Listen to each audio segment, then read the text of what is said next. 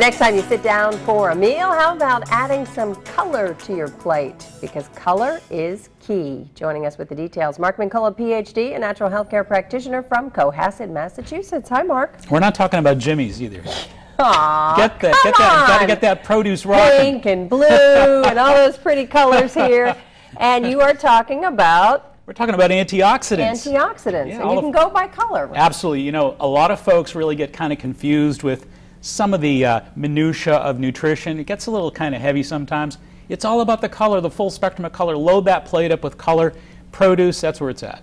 All right, and you have a list of some good colors. We do indeed, and I think the solution is really just to kind of spread out that full color spectrum.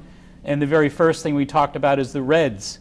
And a lot of those red colors are loaded with lycopene. A lot of heart studies about the importance of lycopene. So tomatoes or beets red, or is there cherries, a purple? Tomatoes, and a lot of berries as well.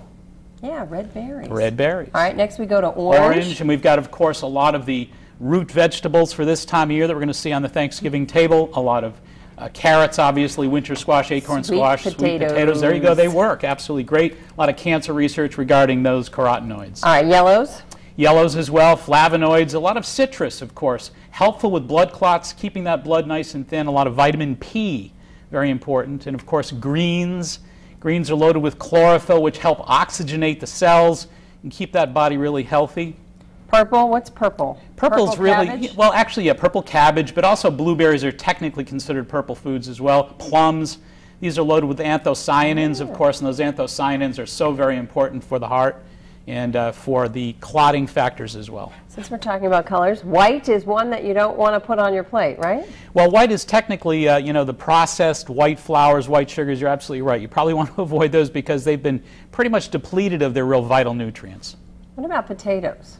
Potatoes are really a good food, provided you have the skin. About 25% of the nutrients, the potassium, the iron, all that is in the skin. So one of the very few foods that I say you got to have in an organic form is really those potatoes, because you want to get the skin with it. You want to stay away from a lot of the Captans and the LR sprays and things like that that are absorbed in the skin. So get organic tomatoes, eat the skin.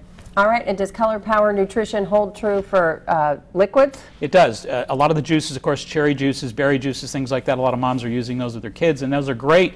You want to dilute them a little bit because, you know, they do have the anthocyanins, which are so heart smart, but you want to be careful about the 25 to 30 grams of sugar that they yield per serving. So water them down, get a little bubbly water in there and kind of dilute that, give it more of a soda kind of a texture. And quickly, you have a book recommendation. Yeah, The Color Code by Daniel Nato, which is, I think, a superb book that kind of details all this stuff and isolates a lot of these nutrients and talks about their nutritive value. All right, load up on the color, Mark. Load up on the colors. Thanks. My pleasure. And for more information, you can check out Mark's website, maxhealing.com.